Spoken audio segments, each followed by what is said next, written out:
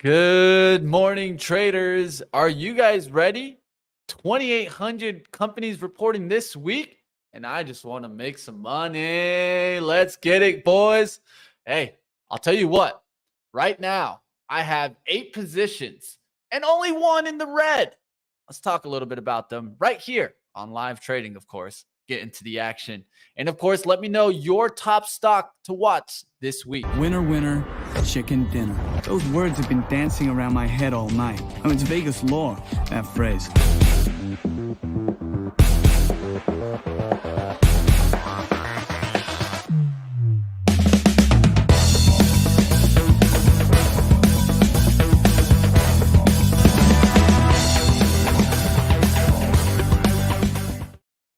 All right, let's get into the action. We got Ryan Faloona, of course. We got Nick Brown in the house. We're ready to get after this market. And of course, I hope you guys had a great weekend and ready to get after it again. I'm sure Ryan hit a nice little par game. What you do this weekend? Any golf action? Yeah, I golfed. I did not shoot terribly well in terms of a score. I made a mess on several holes, which really kind of ruined my score. But I really do have some fundamental things down with the swing. I feel like I made a lot of progress this weekend.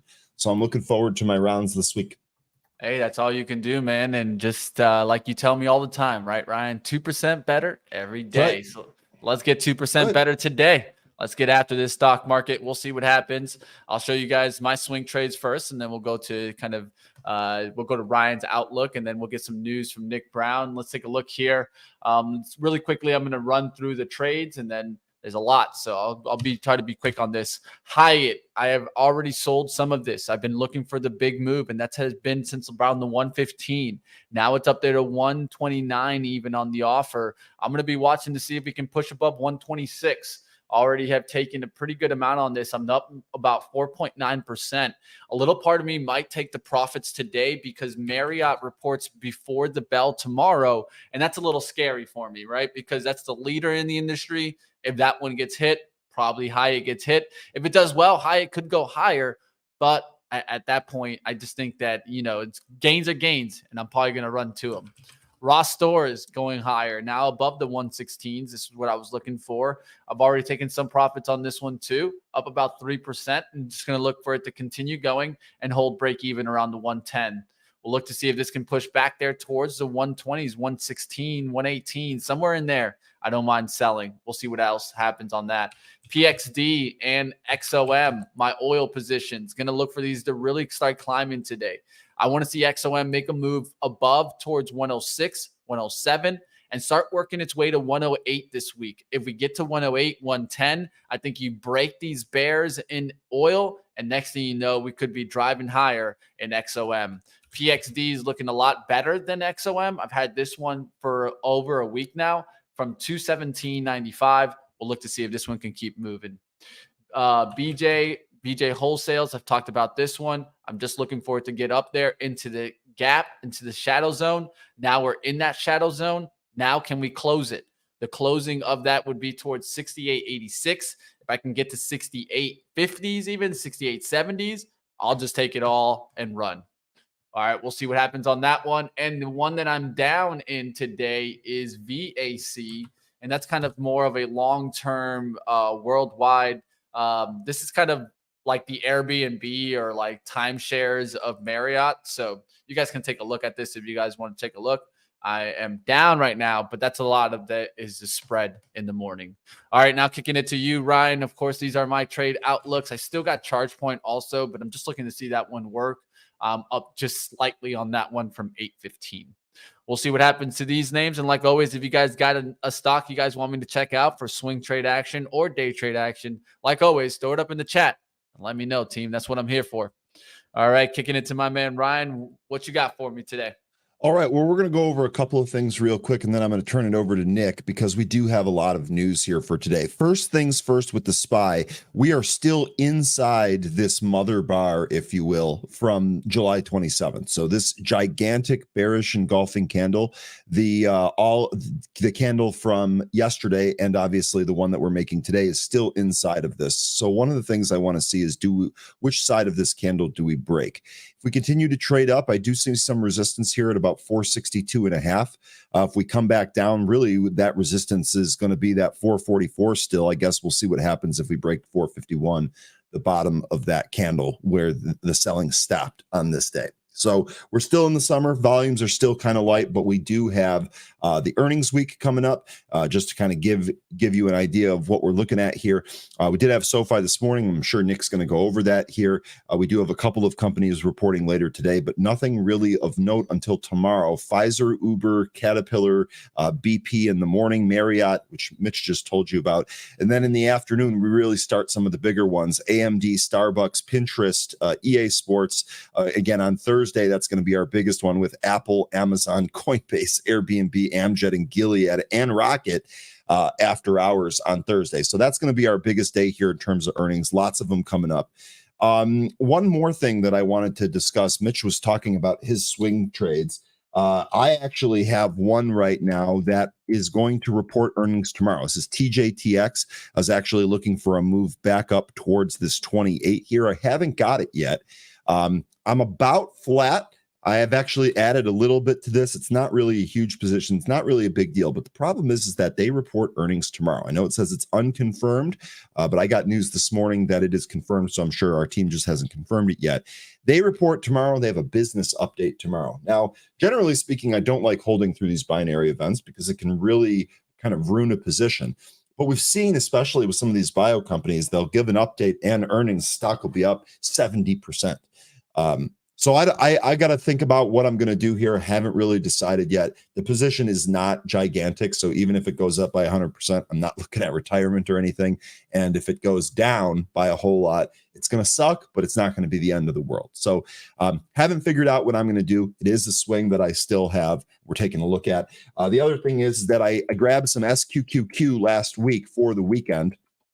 I'm actually down on this a little bit. I think at some point we get a run, but I've been very, very poor at timing it. So I'm carrying a little bit of this as well over the weekend. We'll see what happens here when the market opens. If it looks like this is going to go up here, maybe I'll just trade around this position, kind of average into it and see if I can get this position back into the green. As far as new swings, that's all I really got for you. We're going to take a look here at the movers tool, and then I'm going to turn it over to Nick. One thing to note right away, Yell, this is a bankruptcy. We've seen bankrupt stocks run like crazy before. I'm not going to trade this. Keep it on your radar. That's what's going on here in Yell. We do have a couple of other issues here. CHNR, this is China Natural Resources. They actually had a news print this morning. You can see that they traded up about as high as 354 here. News on this was actually from Friday after hours. China Natural Resources to sell precise space-time technology. You look into that a little bit more. It's going to sell all outstanding shares of its technology limited to Phiseng Group for consideration of approximately $13.2 million. So a nice little balance sheet injection right there. That's trading up. We'll see if this materializes. You can see it's kind of leaking here. So let's wait for some of those supports. Next one I have here is going to be Alarity Therapeutics. This is ALLR. This is one that we've seen a lot on the scanner. In fact, I think several of you in the chat have gone ahead and traded this one. We do have a catalyst here. Alarity Therapeutic shares are trading higher if the company collaborated with 5P Houston, don't know, to support clinical development of one of their drugs I can't pronounce with DRP Companion Diagnostics. So you can see here, this popped up about as high as 380. We've kind of come back in. I think as long as it doesn't break this low here, let's call it 320s. Maybe we make a run back to the VWAP. Basically going to look at technicals on a lot of these. A couple more that I want to roll over here before I turn it over to Nick. BNED, Barnes and Noble Education. Never thought I would have been talking about this one again, but here we are. We did trade up as high as like 160, kind of come back in, pushing away a little bit. This really needs volume for me to even be considered. There was some news for after hours on Friday regarding a key financial stakeholders and strategic partnership to strengthen the financial position and support growth initiatives. Who knows if that's going to work, but that's what the PR is. Stocks trading up here this morning. It's something we'll keep on watch. Next, we've got SPCB. This is Supercom. I'm pretty sure we've traded this one before. Looks like they announced earnings this morning. Conference call in progress. This did pop as high as 154, has come all the way back in. Let's see if we make make another run at VWAP. Did have some news here on Archer Aviation. This is one we've talked about a lot with Joby. They actually had a piece of news here today that's pretty good. U.S. Air Force and Archer enter into contracts worth up to $142 million, representing a landmark investment in the eVTOL technology. Now, this says up to 142, so it's not for sure 142 million. It's up to that much. So this contract, we'll see if it plays out over time. Still great news here this morning. ACHR up 11%. We've seen these make some really nice moves. Let's watch Joby as well. Joby might just be trading in sympathy despite ACHR having the PR here this morning. I'm going to save SoFi for Nick because that's earnings, and I'm sure he's going to go over that. One more thing to keep in mind, Nikola, our favorite. This is up in the pre-market, so it's likely to get some action when the market actually opens. We'll take a look at that. Honorable mentions to TUP. I know we were trading this a lot last week. It's done a really good job of holding its gains. You can see we still have some of the key levels above it, 335, 361, and 375. We'll see if we take those here today. And then one more, Palantir making a run for that 20. So I remember this was a battleground stock when it was under 10. Here we are pushing 20. Congrats to all of the long Palantir holders. Nick, are you ready? Yes, I was going to say, if you could throw up Nikola, we actually got 2 news items this morning on Nikola. Nikola, JB Hunt to buy 10 battery electric and 3 hydrogen fuel cell electric Class 8 trucks. And following that this morning, D.A. Davidson raises their price target on Nikola to $3 from $1. So we are seeing some action in Nikola pre-market. But we have Fed speakers on tap, Ryan. We have a busy week of earnings.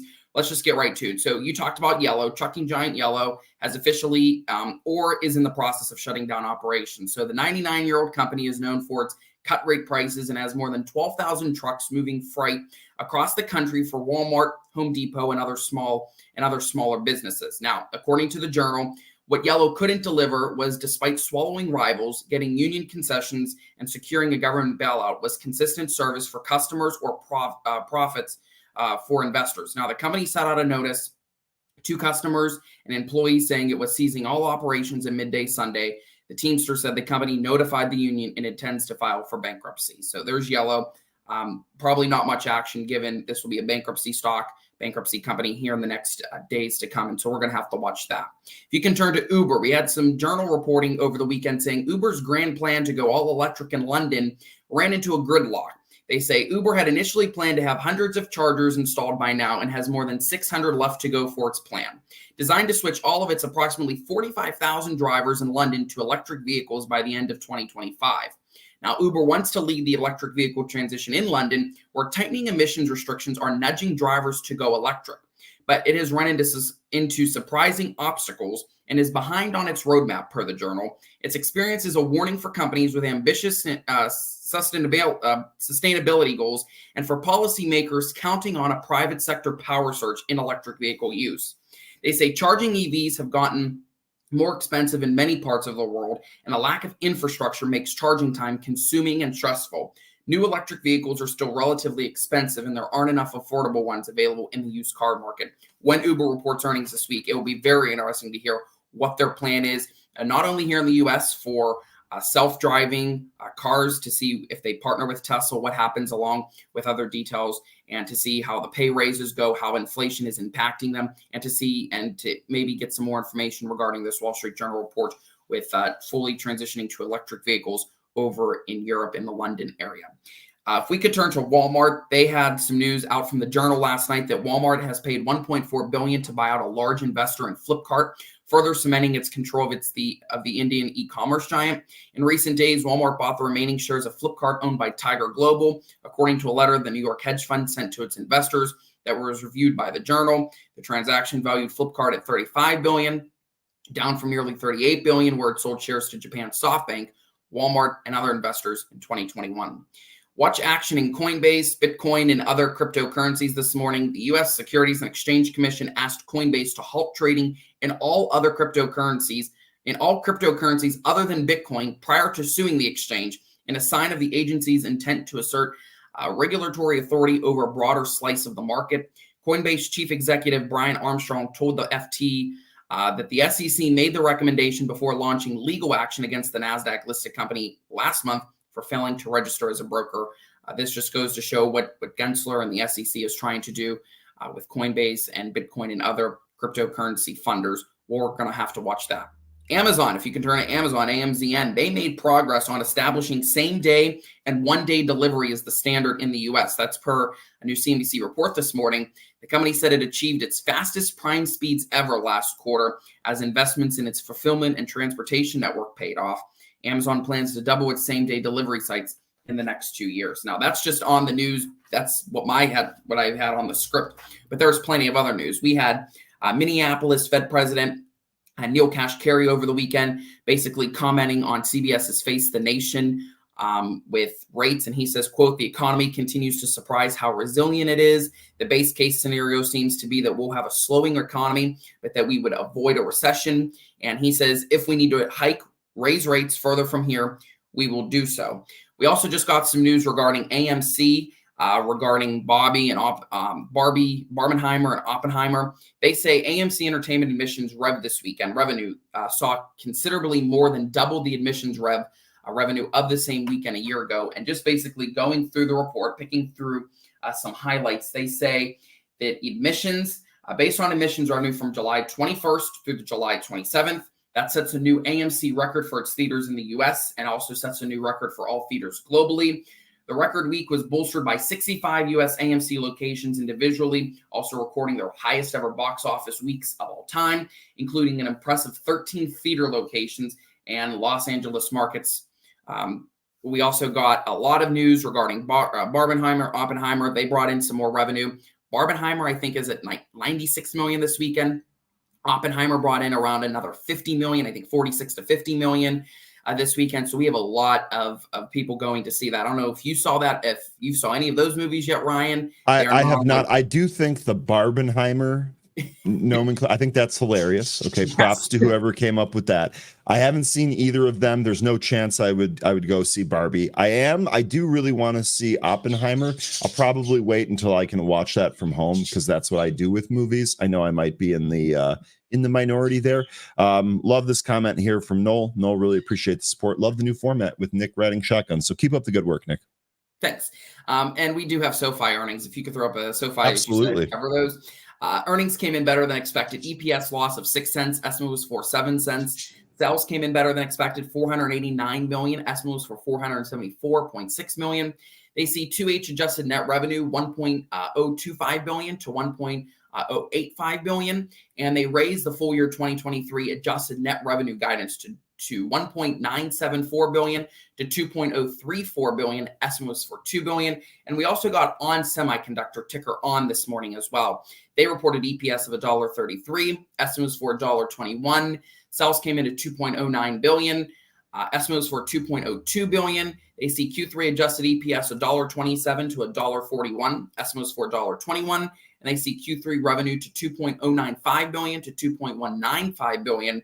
Estimate was for 2.07 billion. So two companies reported earnings. We have a packed week of earnings, Ryan. Apple, Amazon, Moderna, what else? Uber. There's just a whole list of companies. We'll have the results. I'll have those recaps here every morning, right here, live trading, Monday through Friday. We're going to have a lot to cover. And I always shoot Ryan a message saying, hey, what companies do you want me to cover? So we have a packed docket. Other than that, weekend was pretty busy. Had some rain here in Western Pennsylvania. Was able to get outdoors, enjoy the great weather. And that's a wrap. All right. Well, good stuff. We are going to be ready for the open here. The weeks that have Apple reporting always seem to be a little bit bigger. I don't know if it's just because of the size of Apple, what people feel about Apple. Those earnings weeks just seem to be bigger. The fact that we have Amazon, Coinbase on the same day, Moderna and ConocoPhillips in the morning. I know there's a lot of people talking about the oil trade. You know, one of the other ones that's on here, Regeneron, reports earnings on Thursday morning. If you recall, one of the catalysts for the iPoint trade was Regeneron's thing getting denied. The eye treatment, getting denied. It'll be interesting. You remember they sold off pretty big here. It'll be interesting to see if they have a good report and if that's enough to really give Regeneron some momentum over some of these moving averages. So we'll see if that ends up materializing here. Well, I was going to say there is some stats out, Ryan, regarding earnings reports. And as of Friday, we're at the halfway point already. And 251 S&P 500 companies reported. On average, beating on EPS came in at 81%. Average EPS beat about 6.4%. Beating on revenue came in at 64%. So here's the sector breakdown of how these S&P companies are reporting. Consumer discretionary for Q2 up 36.3%. Communication services plus 16.1%. Industrials up 11%. Technology only up 0.3%. Energy down 48.5%. Materials down 29.3%. And healthcare is down 29%. That is according to new data from Refinitiv. Okay. Cool. Well, we'll see what the next leader is here. We are about to open. Just kind of looking at the scanner here, which remember, at Benzinga Pro, the relative volume scanner does run in the pre-market. I know we get questions about that. But in any case, a couple of things here getting ready. ALLR, this might be one of the better watches out of the gate here. We'll see if this ends up running.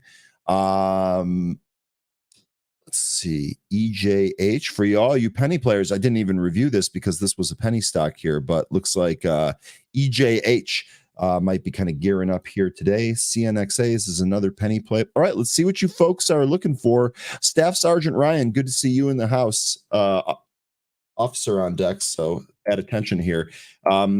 You still in Boeing? I know you're still in Boeing, right? We had used to talk about which way is Boeing going to go next, 180 or 220. Well, it broke out at 220. It's going for the highs here. Let's see if we can trade back up towards that 275 mark on Boeing. Great to see you. Happy Monday. Someone else was mentioning NEO earlier today. I think NEO had a price target upgrade or something like that. Remind me what that was. NEO, nice little formation here on the daily chart, looking strong again. Here, so we'll see what NEO does. There was another question from Lex regarding EDTX. I don't know about when this halt is supposed to end. This, again, is one of the reasons why I really don't like being in halts. I don't know what the deal is here. Sorry. All right, market open. Let's see what we can find here for today. Good luck, everybody. Good luck. Let's look at ALLR here right out of the gate.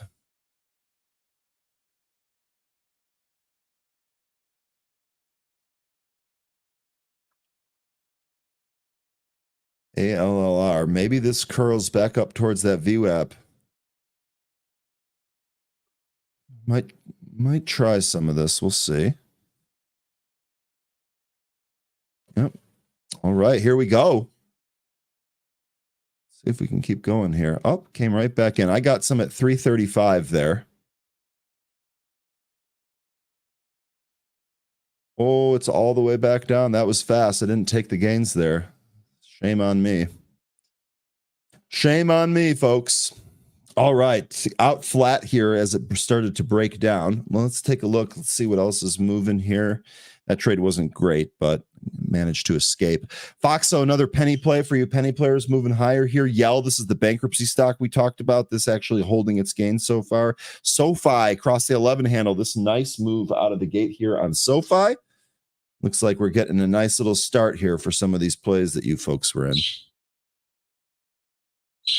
Oh, God. ALLR really breaking down here. That's yanking. That was not the right thing to play. I got lucky there.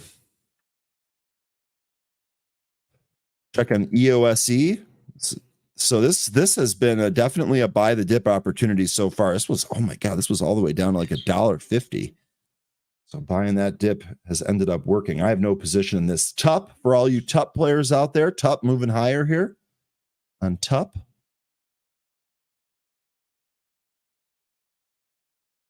Looking around here. GDRX. Ooh, nice move. Any news on GDRX? Ryan, I was going to say Federal Reserve Austin Goolsbee of the Chicago Fed, I believe, he is currently making remarks on Yahoo Finance. And some of these headlines basically are touching on what September may bring. And basically what he's saying is our goal is to get inflation without a major recession. Monthly inflation readings coming in quite good. Have to play by ear on restrictiveness of policy rate. Have not seen tighter credit conditions than expected. Phillips curve is broken. I'm open to reading data. Haven't decided on September move. And he says, don't know if should skip September meeting. So just watch as we get more comments from Cash Carey, Goolsbee, and other Federal Reserve leaders regarding what September may bring. But we still get a jobs report on Friday. Oh, yeah, we forgot to add that too, Ryan. Jobs report Friday. along with earnings, and we get a lot of earnings, and then we have few inflation readings and another job report before Yell's halted. Sorry to interrupt you, Nick. Yell bounced really pretty much off that VWAP. 20-cent bounce here, 19-cent bounce here. Yell halted here at $1. I'm sorry. Keep going. Do you plan on taking a position in Yell? I think you said no, but you're not trading Yell? Nope. No, Nope. Just calling it out for the group. So we'll have to see what inflation happens, and we'll see what Jackson Hole brings too. That's a major event in August, so we'll have to watch that. Luis, thank you. Luis was I had asked earlier what's going on with GoodRx Holdings. Luis said this was an upgrade by Cowen. He's exactly right. TD Cowen upgrades to outperform and raises the price target. So this is an actual upgrade, not just a price target readjustment. Thank you, Luis. That is exactly why GoodRx is trading up here today. Oh, Archer. It's about time you got back here. We've had some crazy action from the open. Where you been? Look at this. Who said XOM to 106, 107 today? Your boy, Money Mitch. You know where you're at. Benzinga, of course. That's a hell of a fucking move. That's what I'm fucking talking about. Oh, we looking good. We looking good, baby. Starting it off right this week. Oil was up $1 last I checked. WTI crude, so. Oh, but it ripped. That's a nice little push out the gates there for XOM. Well, commodity spiking, inflation will probably go higher. My prediction. All right.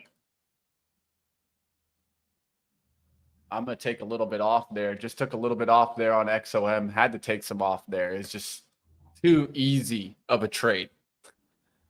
You know what I mean? Like if you can get a stock to just, you buy it like right here, it gives you a nice little 2 days, 2-3%.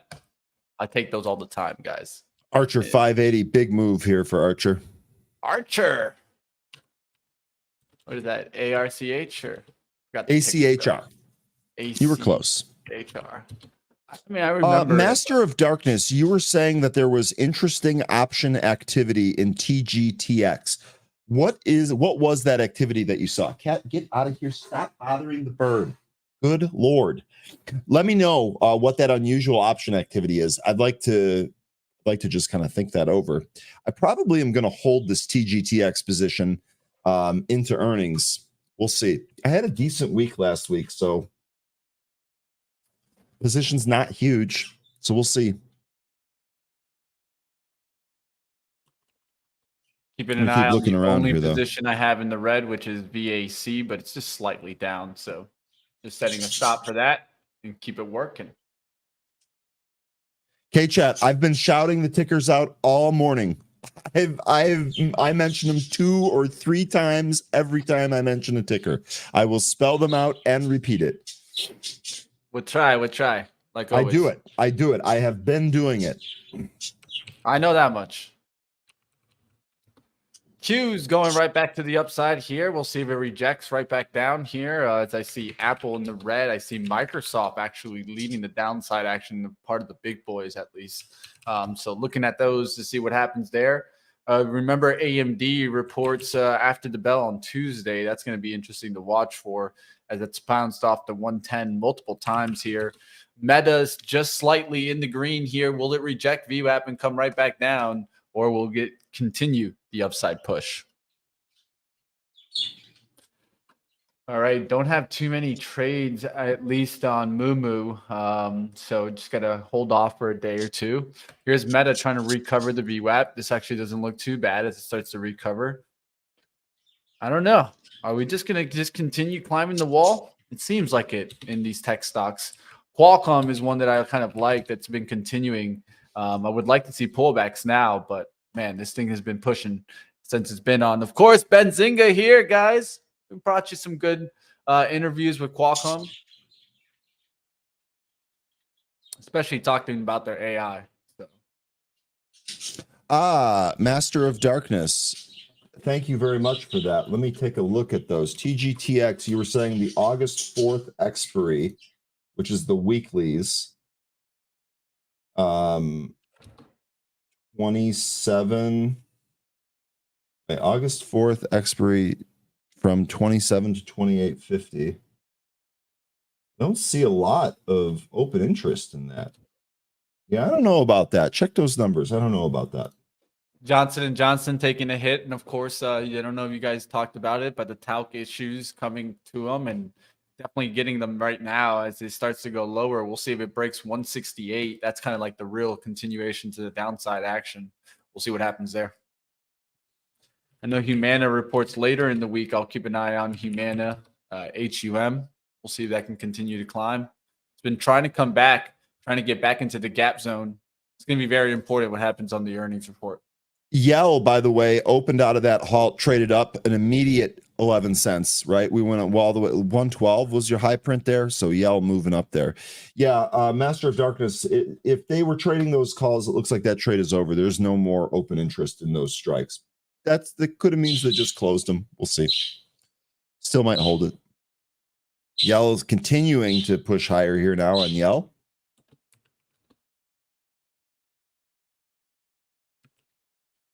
KD looks interesting as it tries to recover 41 here. We'll see if it's able to hold 41 and continue higher. Of course, China stocks, I've been talking about them since last Monday. They've had a huge run. We'll see if they keep moving.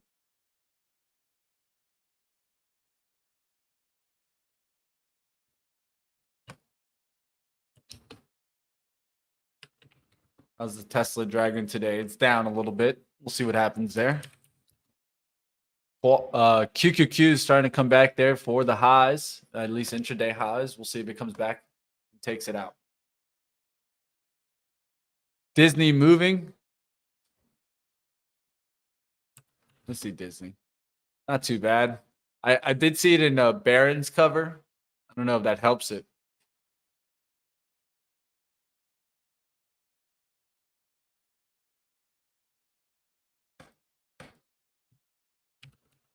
Hey, did you guys ever play Magic?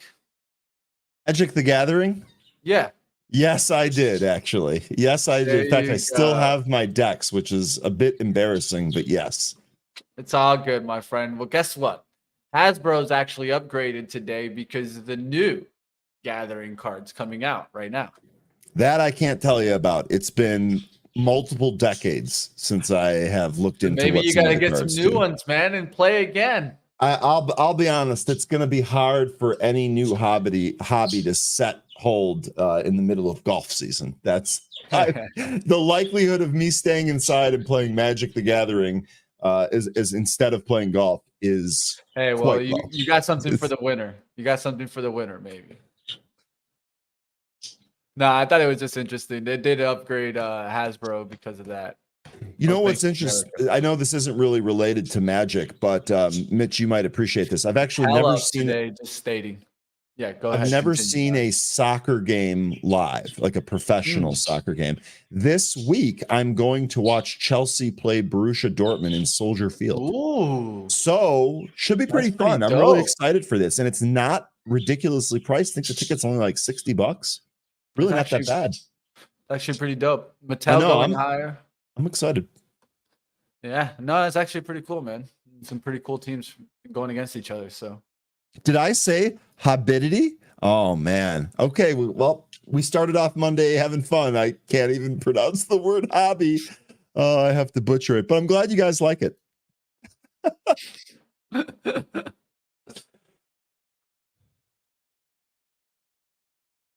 All right, looking around, guys. It's just one of those days where I'm not taking too many new positions. I'm trying to work the positions I have, right? They're doing so well. We'll look to see if XOM just continues. It went to 107 already. I want this thing to close up here. As long as it can close past like this 106.60s, I'll be looking really good. The big thing is there's like this big old long trend line, right? On the daily. You can close back above that. You get out of the bearish space. We'll see what happens today if XOM wants to keep going. Yeah, Nikola bounced off the 235 level, went through VWAP, is looking like it's trying to go to highs here. I have such a tough time trusting this and trusting the actual trade that I feel like by buying it, I put myself at a disadvantage just because I have a bias that I don't like it and I don't want to hold it. This one not looking too bad right now. Oxy, guys. So I kind of like this on maybe a swing trade since oil's just doing so well. This thing has still an ability to get to like 65, 70s, and I could see it getting up there towards kind of 65s, at least 66 above it. Doesn't seem too bad. Maybe risking about $1 today. I'll be looking for pullbacks closer towards 62.50s. If I could get a pullback towards 62.50 today, I'll take a shot on Oxy. We got Top approaching the VWAP here. Tuppity tup. I mean, Top has been ridiculous. This has given trades like I feel like every day for the past week. Tupperware, TUP. It's a momentum stock, right? So stay with the momentum. Be careful with that tup. You can tell momentum stocks because they love to pop and drop, right? You'll see it on the charts often. Yep. Oh, I like the jokes here. Sydney asking Becca if there's Tupperware in the kitchen. Becca saying, I hope it's cooking. Well, we got the jokes out this morning. I absolutely love. Everyone seems to have their A game today early here on a Monday, which I love to see. Overstock doing well. Also, that's continuing higher. I'm looking at that. We'll see if it keeps pushing. That's already even gapped up and everything. It's just been a crazy stock as of late. And Wayfair has been pushing strong too. It's actually pulled back today. We'll see if it recovers 77.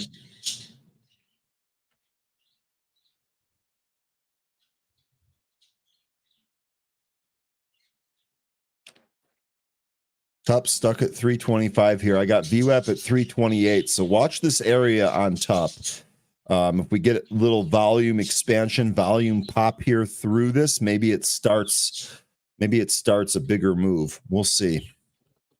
Target, nice move there. Nice call out too, Ravi. I don't mind it at all. I've been actually keeping an eye on it.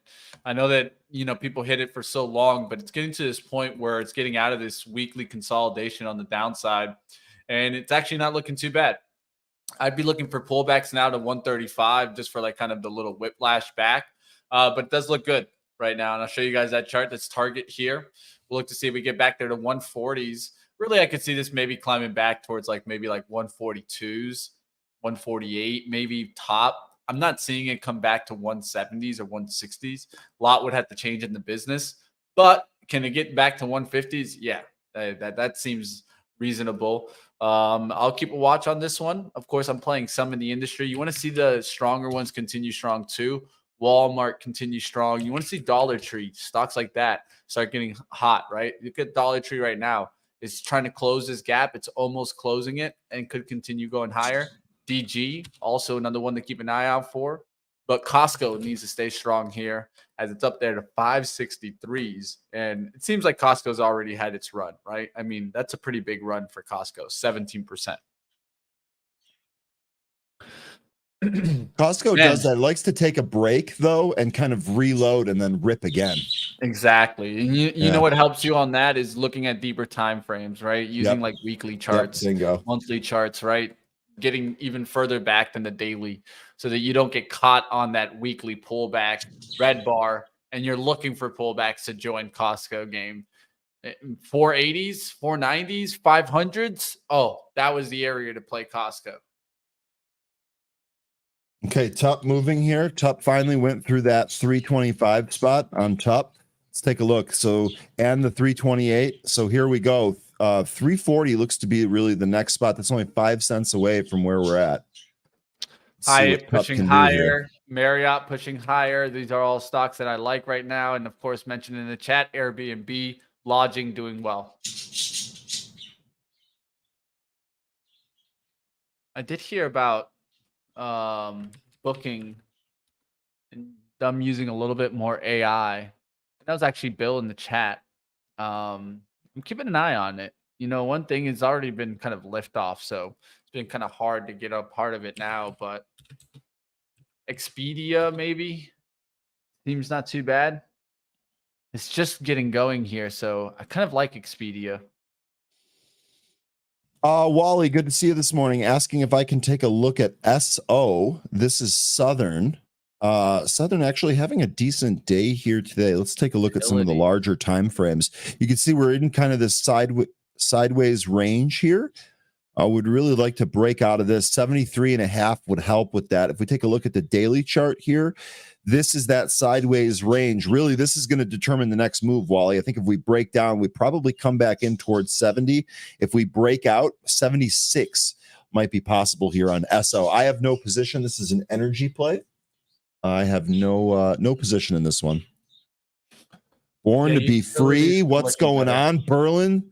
Beautiful day on the Space Coast. It's a beautiful day here in Chicago as well, Born. Good to see you again. Yeah, I don't mind the utilities today. They look good on the overall outlook there, and you can take a look at multiple. They all run kind of side by side, right? Duke, SO, Nextera, XEL, Excel Energy, PCG. You know, they're all doing well right now. I mean, it's a pretty good trade right now in utilities. And this has been coming back, right? It pulled back, held a trend line, and now wants to go higher. Another way to play those utilities is XLU, right? That's another thing, right? So this is the equally weighted sector outlook, and you can see how the utilities popped up, now coming back. It's a classic technical move. We're now going to start see if it goes higher. If it doesn't go back down to 660, that's where you get a little concerned. But right now, looking really good here. Dominion Energy, right? That's another one you can take a look at. Above 54, it looks good on that one. It's about just broke 54 right now. So we'll look to see if that can keep going higher. And of course, the utilities can also be played by XLU. It's up there to 67.50s. We'll look to see if it goes back there to 68. Real quick, couple of interesting things here. Rigetti, this actually popped here. This is coming back, but if we take a look at some of the larger time frames, you can see what's going on here. Rigetti, this was button up against its pre-market high. If we take a look at the 15-minute chart, picture becomes a little bit more clear. And if we take a look at the daily chart, this looks like a nice actual breakout on this chart, right? We popped up here, came back in. Now we're pushing through. Let's see if we get a candle close above 241 here. Rigetti, I actually kind of like this swing up to a 350. Kind of like Rigetti here. Might take a look at this just for a little bit in the small account, Mitch. Yeah, I'm looking great today, guys. My swing trades are going great. Even the trade that I have in the red, VAC now into the green, almost up 1% on that name. So there we go. We're looking good here. I'm going to do a quick little rundown, show you guys what's been doing the best on the day. So the best on the day, of course, XOM. But look at charge point. Boom! Look at that. That's a nice little takeoff in charge point today. Hope somebody was able to nail that one.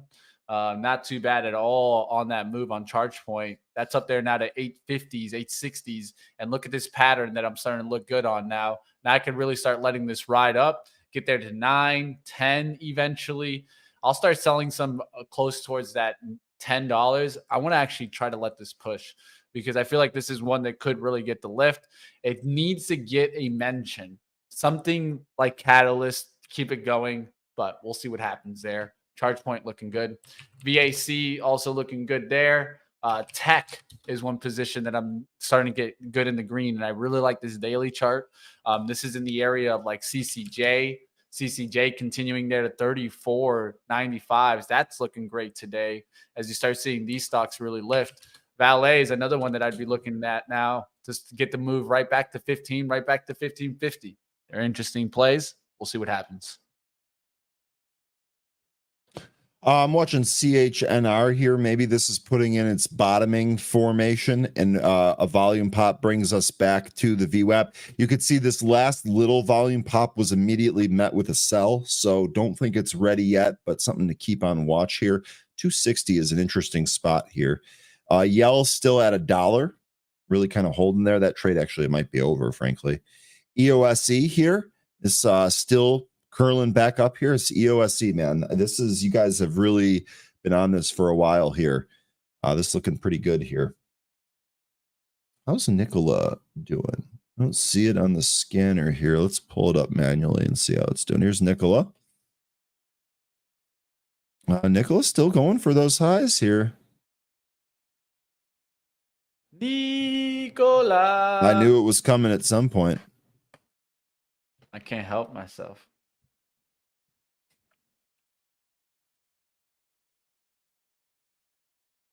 Rigetti came back to this 241 spot. Might be pushing off here on Rigetti. Nick, is that guy still in jail? Trevor Milton? Yeah. Think so. Find out for me, Nick.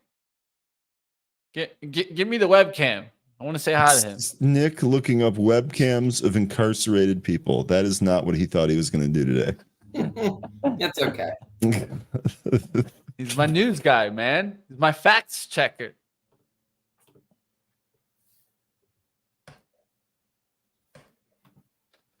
All right, XOM trying to get through the 107s, and Oxy looking great here now. I hope somebody was able to even just jump on that move for the day trade. Look at that little action. Oil stocks looking great here. Look at Gush. Gush setting up here off the 147. We'll look to see if he gets there to 148. Looking pretty decent there. Chevron continuing higher. Oil stocks just getting a nice little lift there today. So keep your eyes on that. Let's go to energy and just catch some bigger percentage moves here on some smaller names. NGL, Sling, looking to see what else kind of getting a nice little lift here. Maybe names that you guys actually know of. There's a couple of names here. Of course, you guys can look at CVE. That looks interesting. That's in like kind of $19 range. This is actually starting to get a nice little pop. Look at this daily chart. This daily chart, I've seen it before. It's nice. Like, that's what I like to see. Like, that looks pretty to me. So now this lifted off the 18s. It's already up there to the 19s. Looking strong there in oil today. And if you look at all the industry charts, they're looking strong. This is probably one of the strongest areas in the XOM, kind of oil gas integrated. But look at the oil gas equipment services, EMP. That's the one probably playing some catch up today.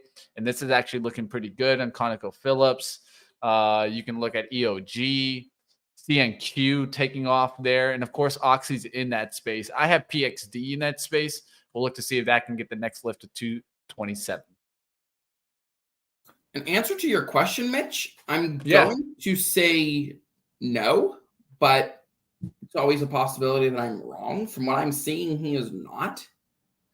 Okay. Shausen, if I'm pronouncing that correctly from the chat, says he gets sentenced in September, so he might be out on bail, which is why Nick is saying that. Yes. He's a free man. He might just have a little cuffling on his leg, but who knows? Unless you want to pivot to Sam Bankman-Fried, that's a whole nother story. Don't make me bring out my Sam Bankman-Fried hair. Oh boy, That's the wig that he used for, what was that famous painter? Jim, what's his name? Henson. Let's see. Does Nick know the famous painter? The little trees. Probably might be not. beyond his age. Yeah, I think I got it wrong, but I'm close, so now it's bothering me because that's just how it goes. I know the chat's gonna come in here. The little trees. Oh, little happy trees. You don't get this commentary anywhere else besides live No, trading. man, you got to come to live trading if you want to do this. I can only imagine what it's like on swing trading. Bob Ross, baby. I don't think it's Bob Ross.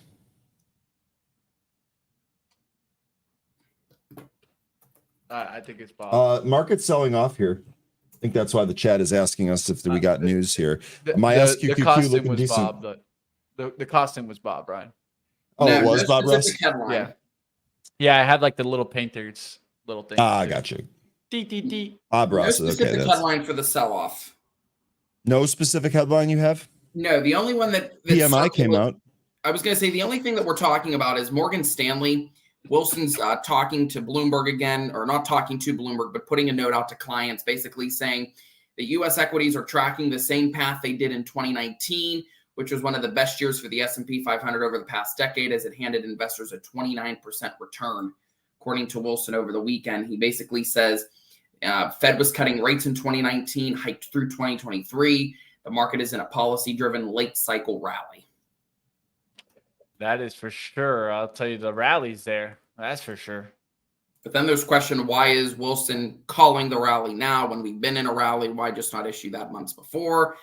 And I can answer that because he was the biggest bear on the street, but now he's capitulated. He has thrown in the towel. And so there's some wall of worrying that once the biggest bear says, hey, sell, we were wrong. That's some indication that selling could be coming.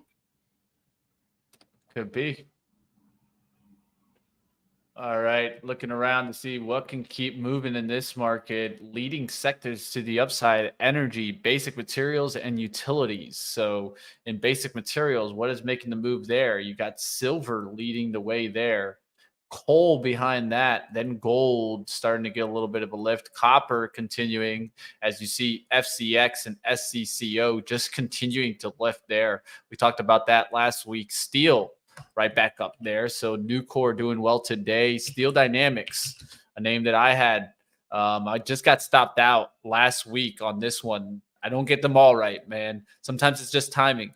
Now Steel Dynamics coming right back up. This one looking interesting today. We'll see what happens on X. If X wants to push higher through that 25.33 and just keep lifting, as Cleveland Cliff is pulled back a little bit. We'll look to see if this gets back to 775. All right, going to the SPY. SPY really taking a down hit here now. The Q's coming lower. Just be careful there. Looks like you might get a little bit of some SOX SQQQ action as you start getting some pullback in tech. Just be careful out there, day traders, as you're getting that action there.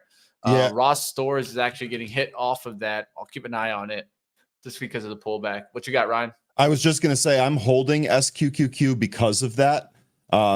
Because if we just get more of a sell-off, then that's fine, right? I'm gonna have some exposure to that. Position's small, but I've been holding it over the weekend. I was down, so maybe I get back to green and get let out here.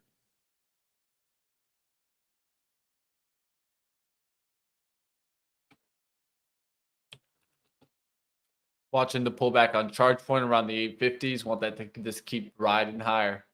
I'm up about 4.6% on charge point. Looking for a bigger win.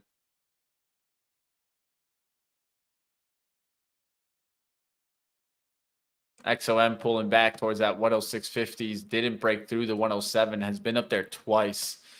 You guys know how it goes. Rule of 3 says it'll touch it one more time and then try to reload up and go. We'll see if it happens today. I'll let you guys know. Was watching Rigetti, but also watching INVZ here. Something's going on. Yes, I have the details on that. Was literally just about to talk about that. What is it? What's going on? Citron Research, they just cited on Twitter that Motley Fool just named Innoviz Technologies, quote, the best AI company you've never heard of, end quote. Citron could not agree more. And Citron goes on to say, if earnings hit at a new production with this week, watch out. Top-notch management and genuine technology validated by biggest names in... So Citron is long this, or they like it. They like it to the upside. Citron normally a notable short seller, liking INVZ to the upside. Yes, they're long INVZ, they're short LAZR. Okay, so there you go. So there's a pairs trade, and this is AI based, huh? I didn't know what the INV might. This is right at VWAP here too. Interesting, Nick. Interesting. Literally, no, that tweet just went out 3 minutes ago. That they so the timing of that tweet is what's got me interested. Now, I don't think that I'm going to buy this and hold this for earnings. I'm already kind of debating with one of the positions I've already held that I'm holding for earnings. I'm not sure I'm ready to take a new one and just gamble it effectively. But this is it's interesting that Citron likes this long, and they're normally quick to bash somebody. So interesting. Okay, appreciate that. Saw this volume spike here. That explains it. That tweet absolutely explains it. I was going to say our high beta squawker for pro signaled that on Twitter, so I wanted to bring that quickly. Yeah, some days I have him on. I should have him on every day. I know. Some days it's hard to listen to a bunch of the other sound while you guys are all talking. But it's going to be interesting to see how AI plays into earnings and to see how these AI stocks do. Just because AI is still needing a lot of work, just like ChatGPT. So we'll see. Yeah.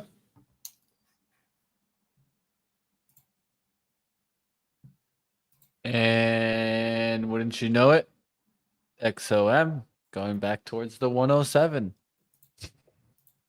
Now let's see. Moving up towards this the is going to be the third high here, and so rule of 3, right? You get a nice little attempt to the upside, a second attempt to the upside, Now we're getting that third attempt. From here on out, I wouldn't want it to break support on the 5-minute basis. Would want it to maybe pull back towards like around 106.50s, but it's time to see it ride. Let's see if it really starts going here above the 107s. That's XOM. And then, of course, I'll look to see if other oil names take a nice little leap too. Look at Oxy. That looks like a nice looking chart.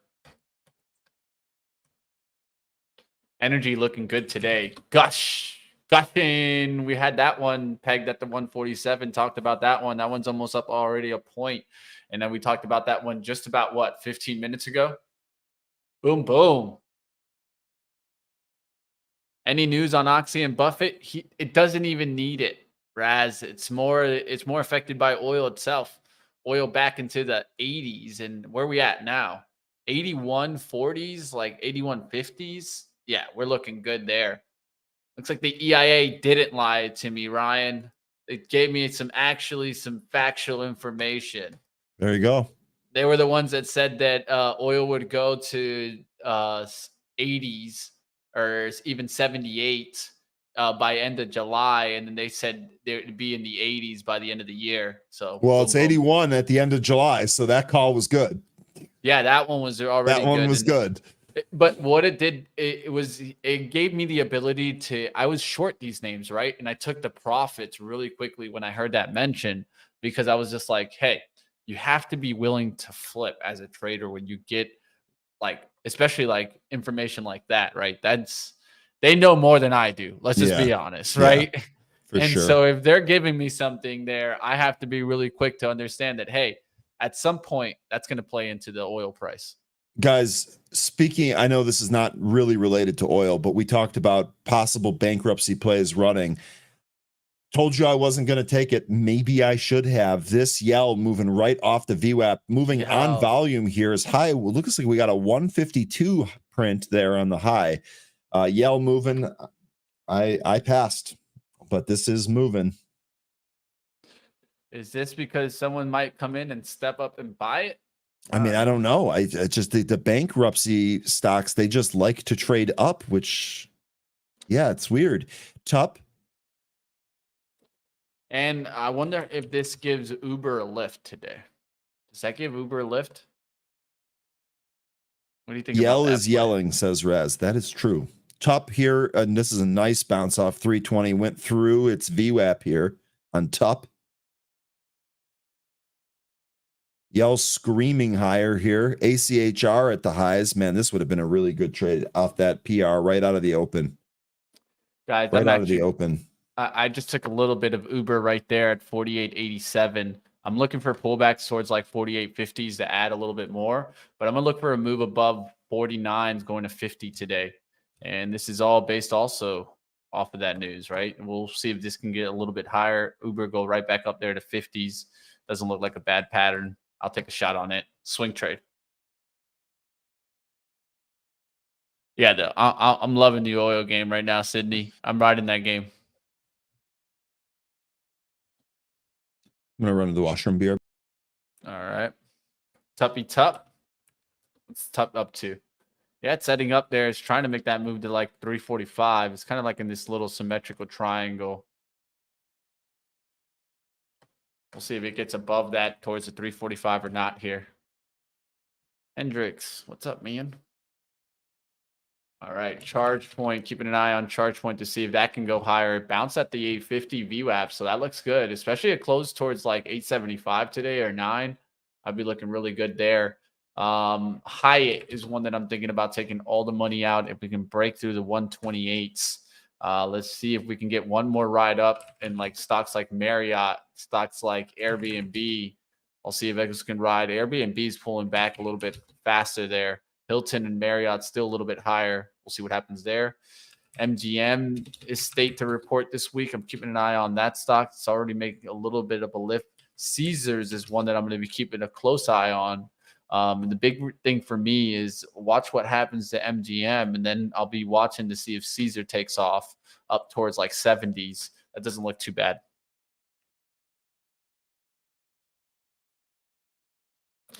Appreciate it, man. And that's all I can do for you guys. And always try to bring the energy, try to bring some passion to this. You guys know I love trading stocks. I love talking stocks.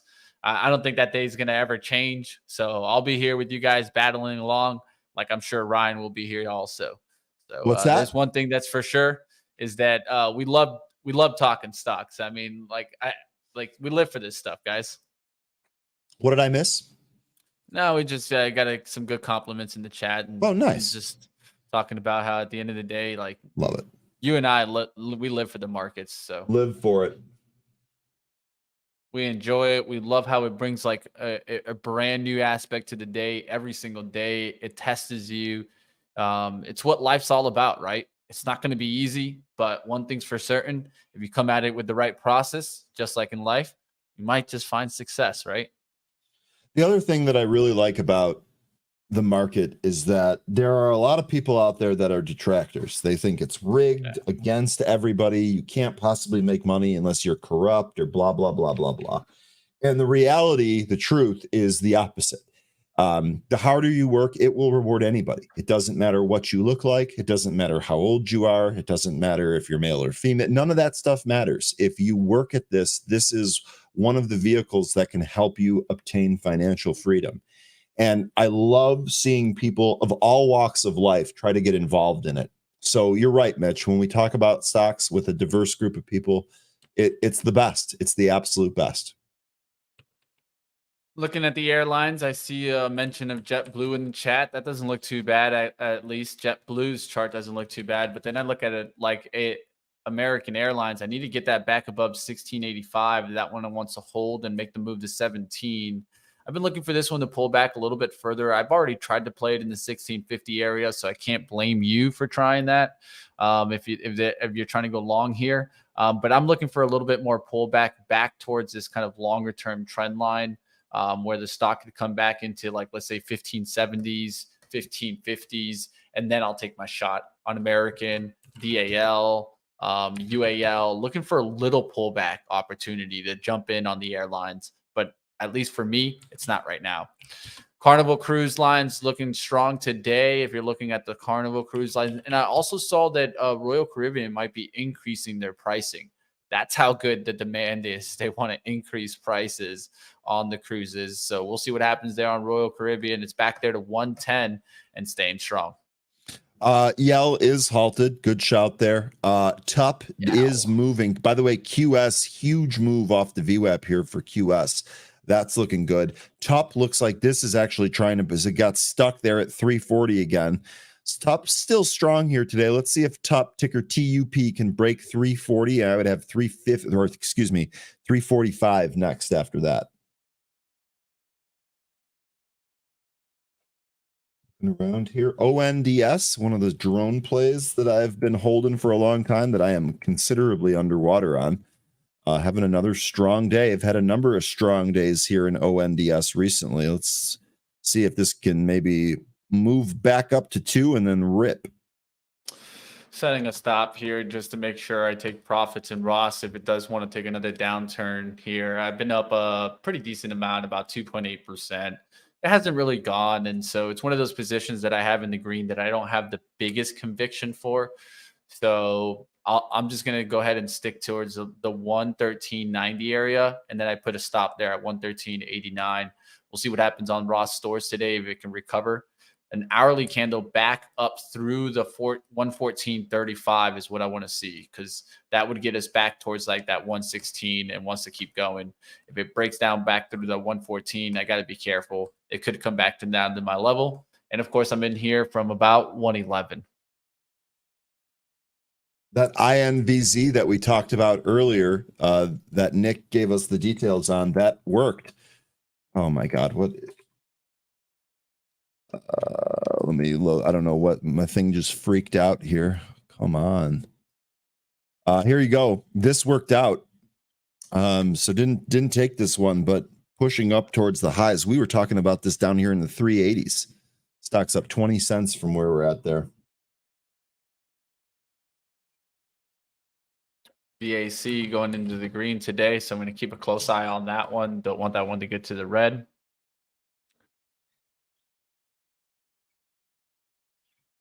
Would like to see that one make a move above 130s today.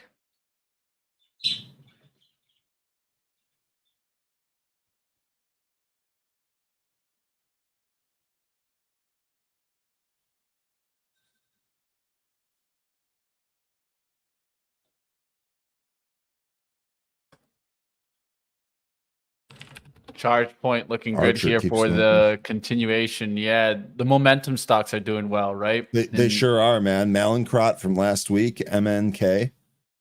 Charge point looking like it wants a new intraday high. It's at 864s. I'm feeling good about that position from 815. And I have a decent amount of size because it's a smaller name. So this is actually a pretty good move here. GDRX, this has been moving out of the gate here. That was on that upgrade and price target readjustment. CNXA hasn't broke its VWAP yet. This is for you penny players. SoFi strong after earnings, kind of holding there. Nikola still at highs. I mean, I don't get it, but here we are. QUBT, this is probably moving with QS here.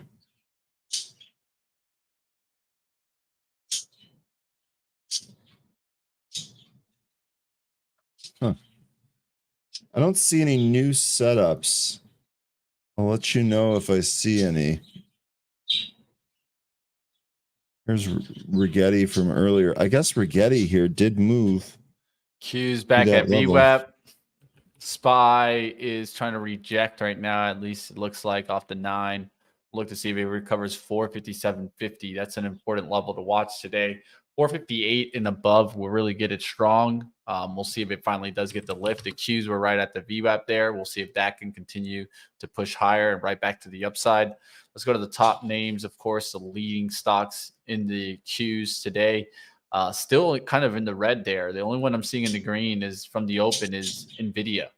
And so you're seeing Tesla in the red, Amazon in the red, Microsoft in the red, Apple in the red. Will they start coming back and recovering?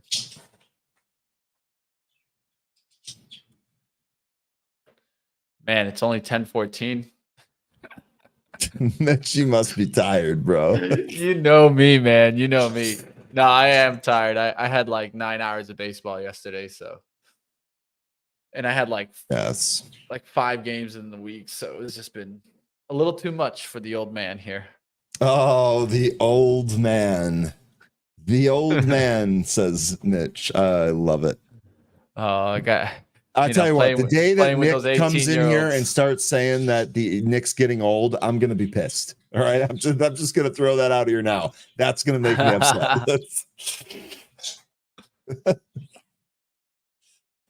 Top. Nick shows up. Oh, I missed that news, man. I'm getting old. No. You have no idea what getting old is. Apparently, neither do I.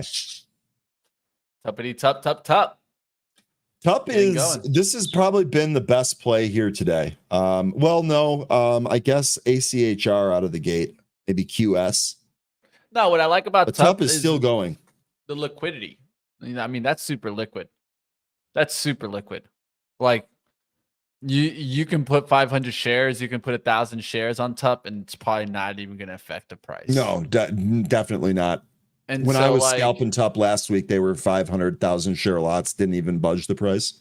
Yeah, and that's what I look for sometimes, right? Because let's just be honest, in some stocks that we trade, these smaller names, they're so illiquid. If you do just keep throwing 1,000 share lots, you will affect the price. So I think Tup is a good example of a stock that you can trade, and you can trade with a little bit more confidence because of the amount of volume that it trades in on the day.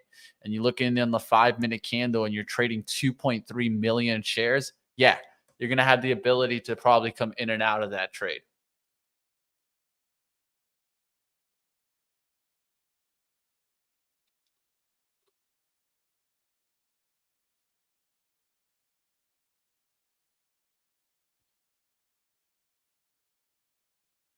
All right, we'll look to see if Tup gets through that 350 spot. It's fighting right there. Charge point, you want to go higher? 2S, man. That's been a strong stock. Yeah. That's what I'm saying. I gotta remember to watch some of these quantum computing plays. I feel like they're not on my radar because I'm mostly focusing on what's the recent AI headline, and I probably should be taking a look at these because these quietly move with some pretty good, a pretty good amplitude or whatever the correct word is. All right, first solar leading a little bit in solar names today, so I'm going to keep an eye out on that one. I like Maxen if it starts coming back. Maybe Run's doing well today. Run, Sun Power. Is it time for my yearly Sun Power trade? Let's see. When do you normally do that one? Yeah, I have it drawn out here. August 20th. We're almost there, guys. Seasonality, baby. I might take that with you. So you play from August to January? I looked for strength. Yeah. I look Okay. for strength starting to come into late August and going into the end of the year. And it just has a tendency of working out there. So I'm going to be looking for it to play in. Again, you guys can look on the chart, and what you do is you just look at it, right? Or you can go to different seasonality calendars that can help you. But I've seen that happen plenty of times with Sun Power. I don't mind playing it again, and we're getting near that time, right? We're about to hit August. I'm going to keep watch of it this week, next 2 weeks, to see if I maybe play Sun Power right back to the upside.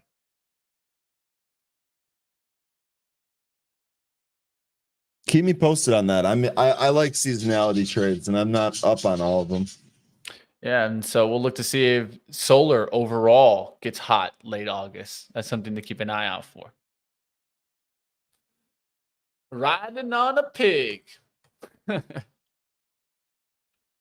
There's a lot of pigs in the market, man, that you could ride for a good game. What happened to AMC?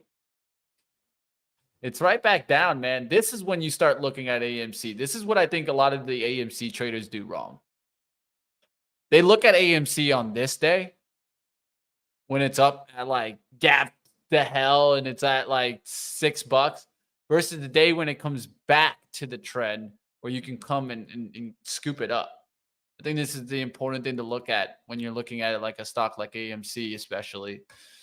Trap traders, then the people that buy the dip are usually the ones that end up winning.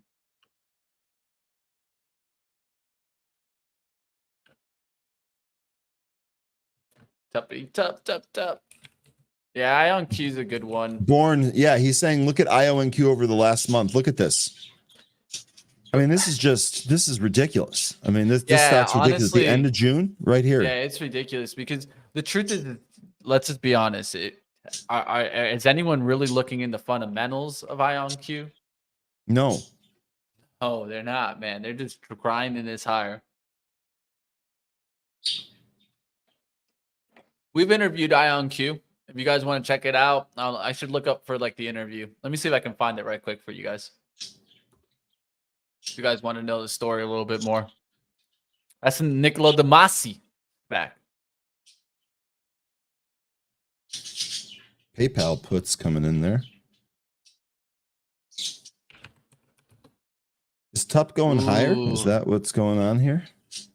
All right, I'm gonna do another kind of momentum kind of play, like these cheaper plays that I've been trying to play.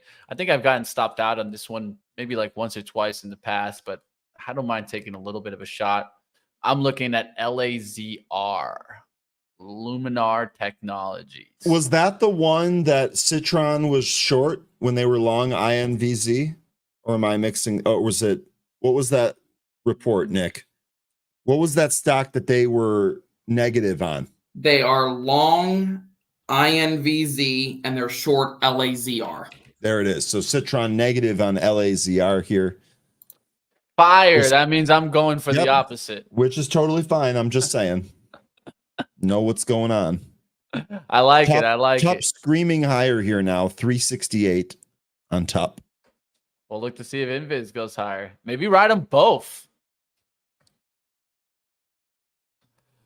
You just unwind them at different times when you have gains. Yeah, exactly. Because you know what it usually ends up happening, right? Is that you got like the traders that are gonna like buy that report of buying INVZ, and that could actually bring up the industry a little bit higher. That's pushing higher. That brings a lot of volume into it. LAZR I'm just going strictly off the chart. The chart looked good. That's all that matters to me. I took a little bit there. I'll add closer towards like 7/10s because I want to risk off 7 here. Top ripping even higher as we're talking. I mean, Tough. When's it gonna stop? Like, look at the volume. This is what we look for in plays, right? Like, this is it. Tee up. And I know there's a couple of chatters in here have been in and out of top all day. So you guys must be doing really well. I think you like that. Sagar, another quick 6% on this. This stock has paid my mortgage this month. That's awesome, dude. You paid your mortgage with Tupperware. That's sick. I don't know what to tell you. That's awesome. This is what I mean about the market. I know I'm too excited. I'll try and tone it down here. You have to buy that good Tupperware this month. I'm not talking the cheap stuff no more. Yeah, don't even waste your time with cheap Tupperware. Just whatever they have at Costco, get that stuff. It's the best.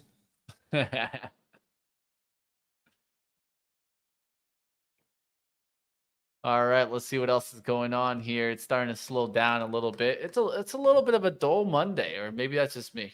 I mean, unless you're a Tup trader, Tupperware is what it's got here.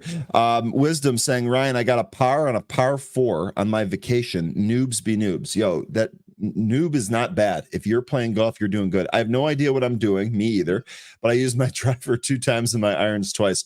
Hey, man, you're getting pars already. You're in good shape. Keep it up.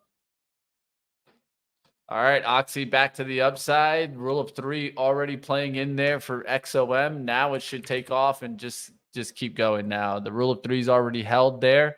And so I would look for that to start pushing towards the upside here. This is XOM, of course, and we'll look to see if that goes. I'm going to go to the 1 minute to draw it out a little bit better for you guys. So you can see that up action, down action, up action, down action, up, pulls back. Now really getting that next step up through the 107s.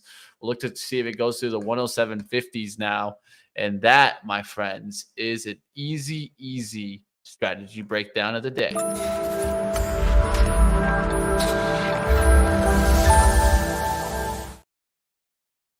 All right, let's get back to the action, see what else is going on. We'll see if XOM does get that lift through the 107. Oxy looking really good there too. I see the rule of 3 playing in there. Chevron, same kind of action there. Gush, same kind of action, right?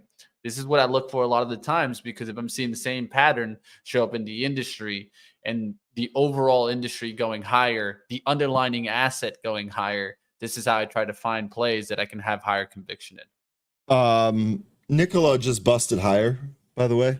So I know we were talking about like this. I don't get either.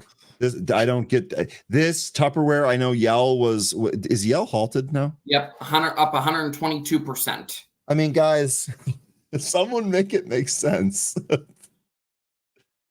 Oh man. I mean, so just I'm trying to think of like what we could actually do that does not involve chasing, right? Because like the big thing I don't want to do is chase. Top is up like 500% over like the last 2 weeks. What is it actually? Let's measure this. Okay, we're going to measure this. So when this started going, which is right here, top is up 400. Top is up 442%. I mean, this is since what? July 21st.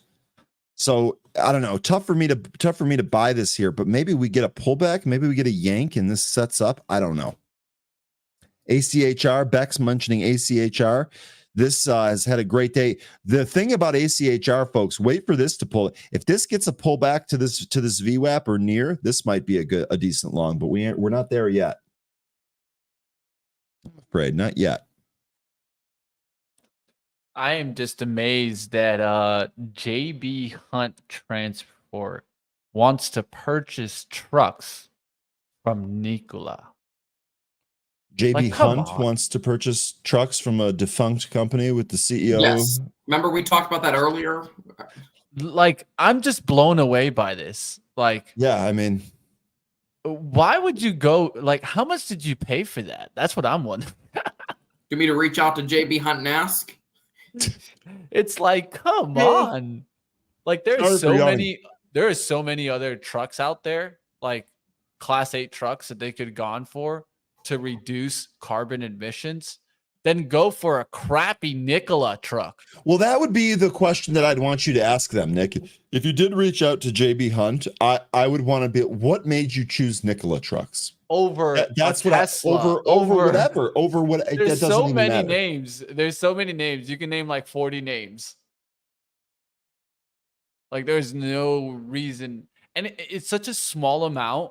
It's like for 13 trucks that it just seems to me like a little I wash your hands, you wash my hands kind of deal. The one thing I'll say about TUP here, pretty impressive short interest, 7.45 days to cover, 27% of the float shorted. So we're up another 22% here. This is going for the highs. This squeeze action, I mean, it's lasted since July 21st. It could keep lasting with that short interest. Might be worth buying Yanks. It just keeps going. It just doesn't stop. Look at this. It just broke the highs again. Buy right back above VWAP. That could start having stocks go higher.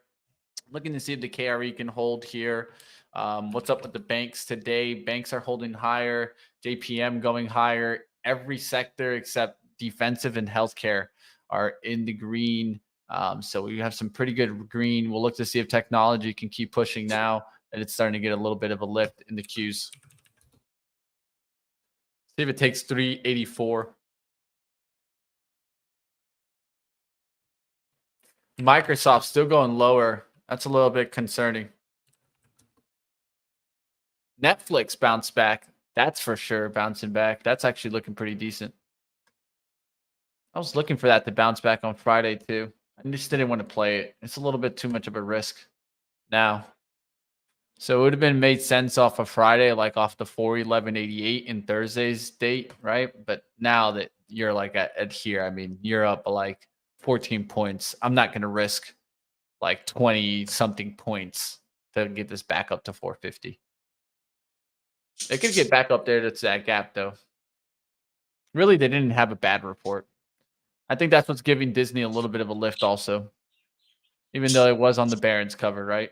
I just wanted to state that. Starbucks going down a little bit. Starbucks says it is due to reports. I think tomorrow, if I'm not to be mistaken. Just have to look at Yes, the Starbucks is tomorrow after hours. Correct. There you go.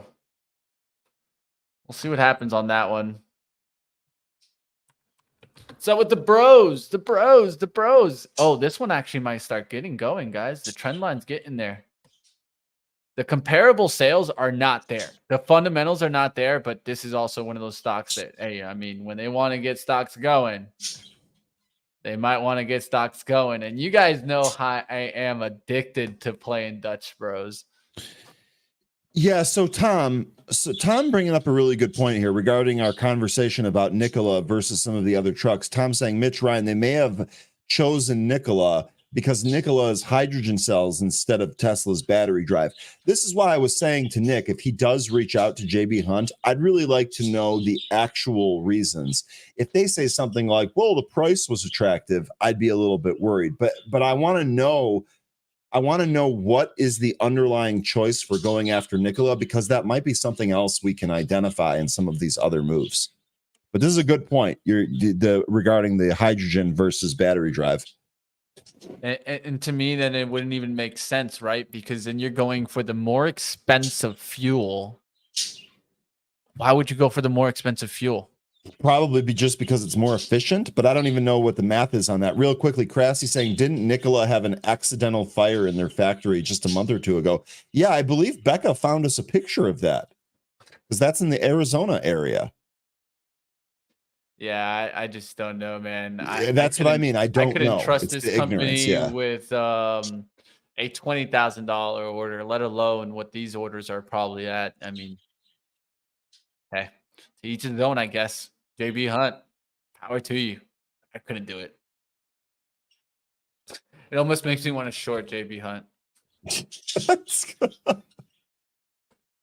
Which is vengeful. Rigetti back up to that spot. Tell you what, this Rigetti is something. What's up with the RX, man? That's starting to set up again, guys. That's starting to get going here. I actually like it today. No one's talking about it. What happened, guys? Where's my RX fans? So as I'm currently writing this email to JB Hunt, trying to get some further explanation. Ryan, basically what your question is why would JB Hunt buy Nikola trucks instead of any competitor, any other truck, any other competitor, exactly. And I don't mean it to sound accusatory or anything. Like, I honestly want to know what the business decision was for going with Nikola. All right, we'll see what I get. Okay, cool. All right, RX. I'll look for pullbacks And towards see, around this 1360. Sorry, Mitch, I didn't mean to run you over there. But this Noel, hydrogen fuel cell is far superior to electric with big rigs. This is kind of what I'm getting at. Like, if there's an underlying thing here, a theme, I don't want to call it a thing. If there's an underlying theme here that we can identify, we might be able to apply that type of logic or thinking to other plays here. Anyway, take care of yourself, Judge. Great to see you this morning. Hope all is well in your neck of the woods. Yeah. I mean, I honestly think that, let's just be honest. What's going to happen first? Is it going to be infrastructure for EV or infrastructure for hydrogen fuel cell? Yeah, infrastructure for EV, no question. But here's the thing: no question, man. If hydrogen is able to give you in a like superior amount of range, then the infrastructure build out won't need to be as extensive. Then I would say that Hyliion's a $100 company. Well, but Mitch, this is exactly why I want the answer, because if we get some other information about what companies are doing, we might be able to play other things like Hyliion or something. I'm not saying it's going to 100. I'm just saying that information might be helpful in making other decisions. If you feel that way, then then fuel cells at dirt cheap opportunity. Email was sent. We'll see if we get a response. That's the problem. To me, I think fuel cells and like hydrogen is still just too far out. I think hydrogen is still too far out. Like, I can see other options coming into play before that. But hey, to each his own, right? We'll see what happens, man. We did get some news on Friday. If you could pull up a chart of Live Nation LYV, I believe, or I think that's the Mitch has got it. There's too many tickets in my head. I can't keep track. No worries. There was a report from Friday from Politico that moved this stock, basically saying the Department of Justice is going, or not the Department of Justice, but the U.S. Department is going to file a lawsuit against Live Nation. And so what this competitor or what this is trying to do is the DOJ is claiming that entertainment giant is abusing its power over the live music industry. That's what people told Politico. I reached out to Live Nation for comment. I've yet to hear back, but just wanted to bring that up. I didn't touch on it this morning, but I thought bringing Live Nation news, basically saying sources are telling Politico Friday that the Justice Department could file an antitrust lawsuit against the concert promoter Live Nation Entertainment and its subsidiary Ticketmaster as soon as this fall. And they're claiming that that the giant is abusing its power over the industry, and a case would add to the embattled company's policy and legal battles. And if successful, this could potentially lead to a breakup of the company. So just watch Live Nation. All right. I wonder how that would affect other stocks that are in that space, like let's say MSGE. I don't know. It's going down, but something that I'd be thinking about if I was in that space. All right, let's keep going. We'll see what else is going on.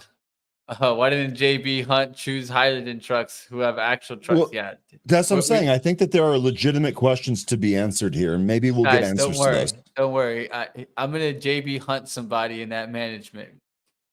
I don't even know what that means, but I'm just going to let you do your thing. I'm going to find out who made that decision, man. They're going to hear about it, man. Come on, I'm going to JB Hunt somebody. I'm gonna JV hunt that person down. Nick's already doing it for me. We're gonna find out. Ryan, I like this comment a lot. Staff Sergeant Ryan saying, Ryan and Mitch, this is a Oh, I'm sorry. The AI comment caught me. the AI got you, I'm sure. This is a question that has boggled me for years. Tap water plus baking soda plus electric charge equals hydrogen on demand. The exhaust is pure oxygen. Why, dear Lord, why hasn't this advanced? So, okay, I'm just gonna say this. I don't know the answer to your question specifically, but I would like to know from someone in the know, from an actual scientist, what the hangups are here, because I'm sure that's what these companies are working on. That might help us further understand some of these PRs when we end up getting them. The way that you've laid this out here, however, quite funny. Quite funny. Yeah. I think you're talking about the black gold. Rigetti's going. There. Rigetti's going here. 250 is where it stopped before. We'll see if that stops it again on Rigetti. Yeah, I think there's a combination there of oil affecting that, and also solar and different other energies trying to take it, like trying to be at the top.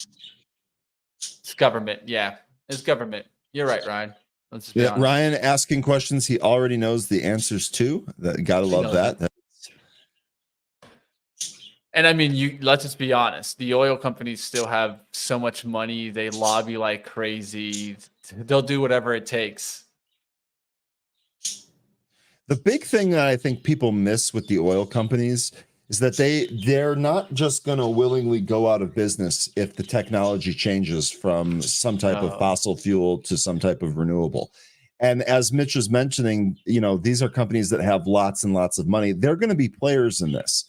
So the ostracizing or the demonizing of oil companies because oil's dirty, I don't think is the right approach. Instead, figure out how to take the next step in technology and let some of these energy leaders produce that.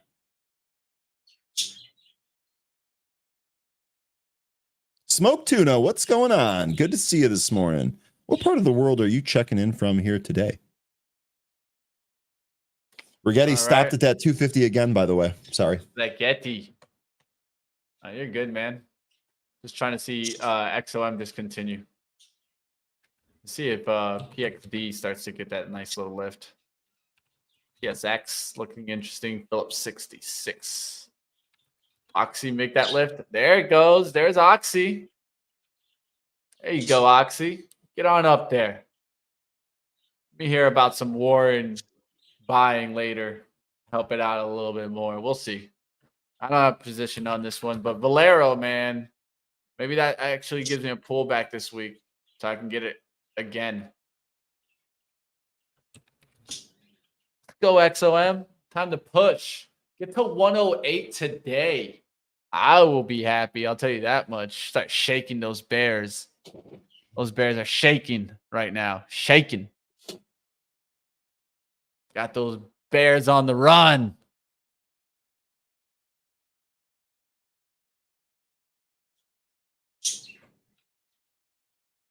Can you take a look at the candles on Twist? Twisty twist. Just riding higher, riding the trend.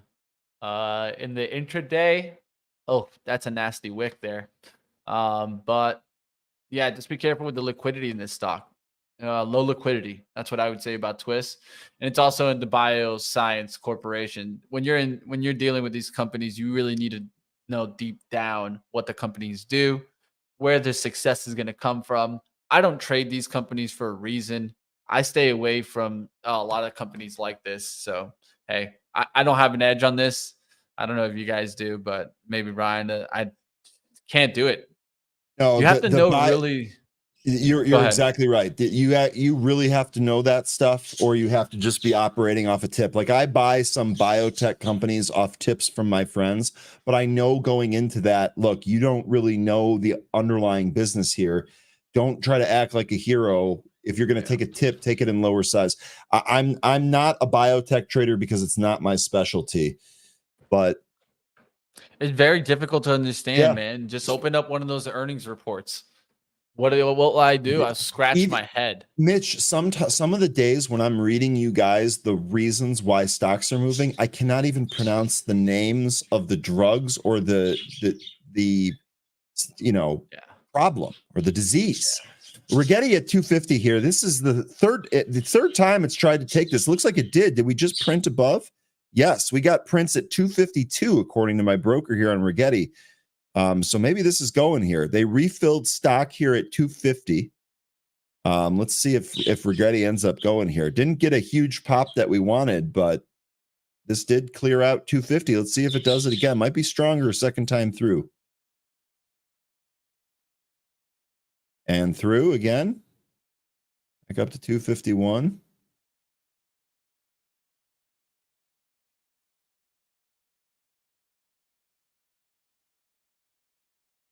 Rigetti ticker, sorry, Sager. RGTI, Romeo Golf, Tango, India. Rigetti. And my tee up. The tuppy tup. Will it get to 4 today? Tuppity tup. Tuppity tup tup tup. Doesn't want to stop. Baba looking good. Amazon back into the green. The Q's just fighting here, trying to make the move to 384, but really haven't made that move. I feel like that's what we're waiting for to see if we get the lift. Kind of a midday where you're not getting much action, and I think a lot of traders are just waiting for the bigger reports later in the week.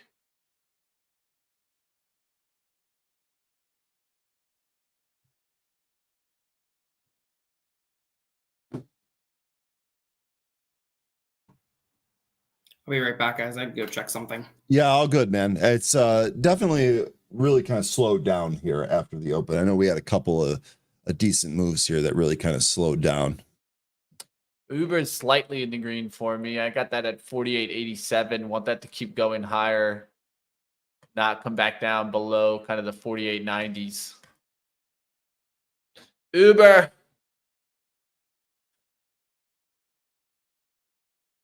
Jay Summers just been toughing it. I was going to say Jay Summers, he, whatever, has been in and out of TUP all day today. That's the thing. If you find a stock that's working for you and you got a feel for it, just keep hitting it till it doesn't work anymore. Why stop, right? Well, I mean, if it ain't broke, don't fix it. And if it's working, keep doing it. Shop looks interesting right now. If you guys are looking for a stock, that looks interesting for me off the 67s, but I got too many positions already. I got 9 on. I'm not going to take another one. Let's talk Riot, says Raz. We could talk a little bit about Coinbase. I don't know. Yeah, Bitcoin down here this morning. Yeah, I saw a bigger guy saying that he was shorting Bitcoin. I was like, man, you're a brave soul. Mara's going higher. Riot going higher. Those don't look too bad there. Keep an eye on that. Did you see what happened with Coinbase? Wasn't there? Well, Coinbase has got earnings coming up here. Why did this keep screwing up? There was news with Coinbase. Yes, there was news with Coinbase. Did you see? I got Nick out of the cave. He came real quick. He was like, "Hold on." I heard you, and I was in the other room, and I'm like, "Oh, he needs me." Nah, man, I don't need you, it. man. You know I got it, but I'd love to have you. That's what it's all about, Nick. Why? Because of course I got it on Benzinga Pro, right? Yes. But yeah, Nick, tell us about it. What's going on with the SEC and Coinbase that was put out by the Financial Times, I think? Yes, this was early this morning. There was a report from the Financial Times that basically said that the U.S. Securities and Exchange Commission asked Coinbase to halt trading in all cryptocurrencies other than Bitcoin prior to suing the exchange in a sign of the agency's intent to assert regulatory authority over a broader slice of the market. Now, Coinbase chief executive Brian Armstrong told the FT that the SEC made the recommendation before launching legal action against the NASDAQ-listed company last month for failing to register as a broker. The SEC's case identified 13 mostly lightly traded cryptocurrencies on Coinbase's platforms as securities, asserting that by offering them to customers, the exchange fell under the regulatory's remit. Now, but prior to requests for Coinbase to delist every one of more than 200 tokens it offers, with the exception of flagship token Bitcoin, indicates that the SEC under Chair Gary Gensler has pushed for wider authority over the crypto industry. So if Coinbase had agreed, that could have set a precedent that would have left the vast majority of the American crypto businesses operating outside the law unless they registered with the commission. Now, this is a great FT scoop. I could call this a scoop. I do think this is a scoop. Now, Brian Armstrong did give them a quote, and he says, quote, "They came back to us and they said, we believe every asset other than Bitcoin is a security." And we said, well, how are you coming to that conclusion? Because that's not our interpretation of the law. And they said, we're not going to explain it to you. You need to delist every asset other than Bitcoin.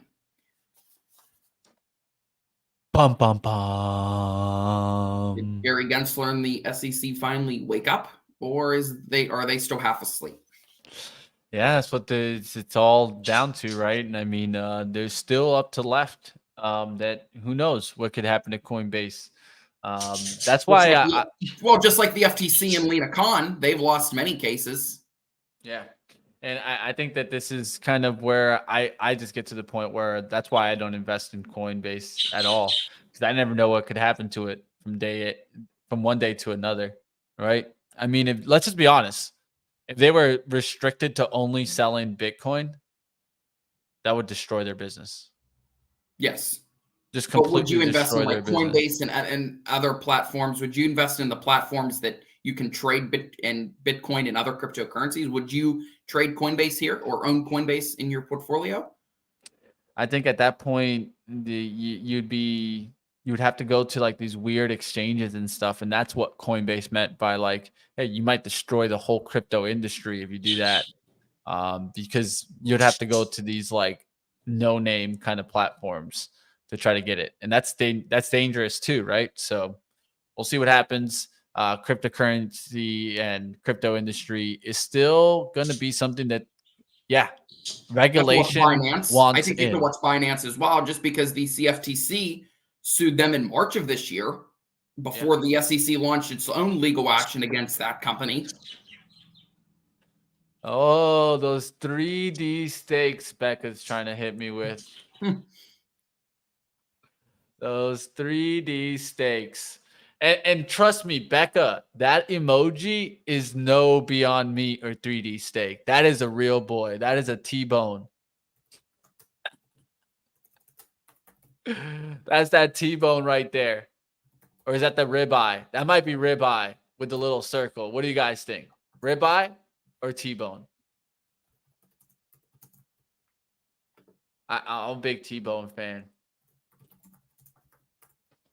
STKH. How is that doing? Ooh, look at the stakeholders food, baby. Taking over the world. Beyond Meat going higher too. What happened to Tattooed Chef? Did that one go out of business? Oh no, it's still.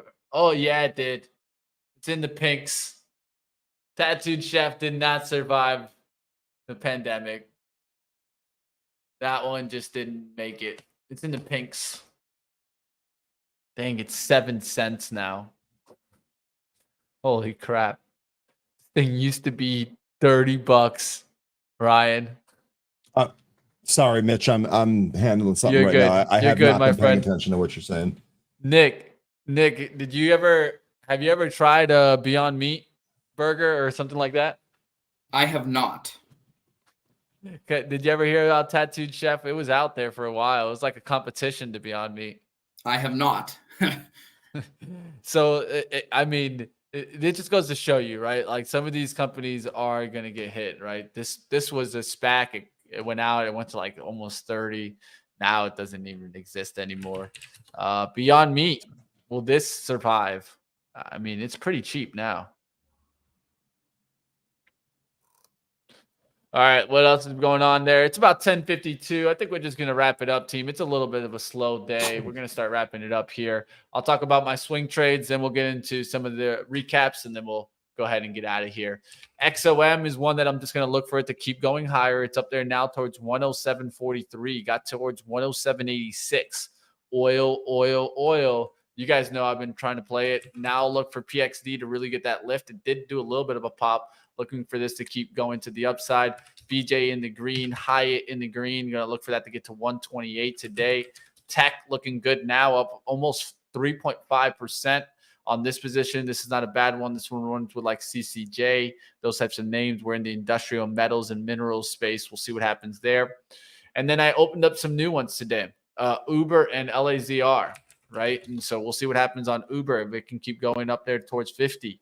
LAZR, I'll add towards 710, but going to look for this to take out the 745, get back up there to the 750s, start making its way there towards $8, and then we can really start seeing this one lift. I love the partnerships that LAZR has. I think it's with some bigger companies that really can help it. Companies like NVIDIA, companies like GM, stuff that I'm definitely going to keep focused on. We'll see what happens there.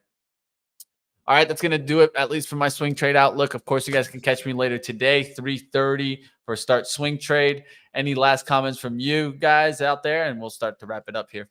Yeah, so the thing that I'm watching for, obviously, where does the market close? Do we continue this up move? I think I am going to hang on to TGTX through the earnings print, so we'll see how that goes tomorrow. Remember, this is not a huge position, so even if it goes against me, it's not going to ruin what I'm trying to do here.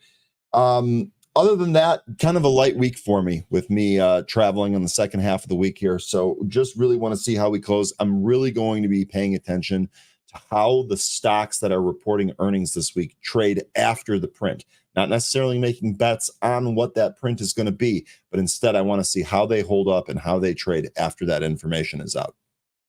Yeah, and of course, you guys can keep up with all the earnings, of course, on our Twitter. So you guys can get that earnings calendar, get your earnings calendar today, or just get Benzinga Pro. That's another great way, of course, keeping up with all the earnings here. It's a full docket this week. Of course, we'll have Nick Brown here. We'll have Brian Faloona here and myself as we keep going. Like always, you guys can find us on Twitter, News by Nick, R Faloona, and of course, Money Mitch BZ. We'll see you right here on Benzinga. Time to keep it going, team. Of course, don't go anywhere. We got a lot more for you guys right here. Time to wrap it up and bring you guys over to some Trader Bacon. Who's ready to hear some stories? Of course, take a look into it. If you haven't checked it out before, the Trader Bacon Show starting up next. Don't go anywhere. Like always, hit the like button before you get out of here. Let us know, what do you want to see more or less of on, of course, live trading? Hit the like button. I'll see you guys bright and early tomorrow. Actually, a little later today, 3:30. See you guys later.